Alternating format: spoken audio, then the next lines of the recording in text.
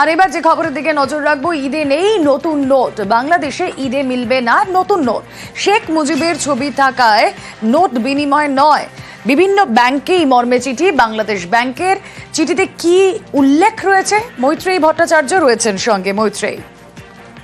রুমিতা, দেখো, বাংলাদেশে প্রতি বছর ঈদের সময় ব্যাংকের বিভিন্ন শাখায় নতুন নোট বিনিময় করা হয়, কিন্তু বাংলাদেশের ব্যাংকগুলির কাছে চিঠিতে বাংলাদেশ ব্যাংকের তরফ থেকে জানানো হয়েছে যে আসন্ন ঈদে নতুন নোট বিনিময় কার্যক্রম বন্ধ রাখা হচ্ছে। তার কারণ হিসেবে বলা হয়েছে যে টাকার নকশা রয়েছে সেখানে মুজিবুর রহমানের ছবি রয়েছে এবং নতুন টাকার নোট আনার কথা ছিল এবং নতুন নোট বাজারে আনার কথা ছিল বাংলাদেশের 5, 20 ও 50 টাকার নতুন নোট। কিন্তু নতুন নোট আসার জায়গায় যেহেতু মুজিবুর রহমানের ছবিওয়ালা নতুন নোট চলবে না, সেই কারণে এই সিদ্ধান্ত বদল করা হয়েছে বলে জানা যাচ্ছে। তার ফলে এবার নতুন নোট নেই বাংলাদেশে। বেশ।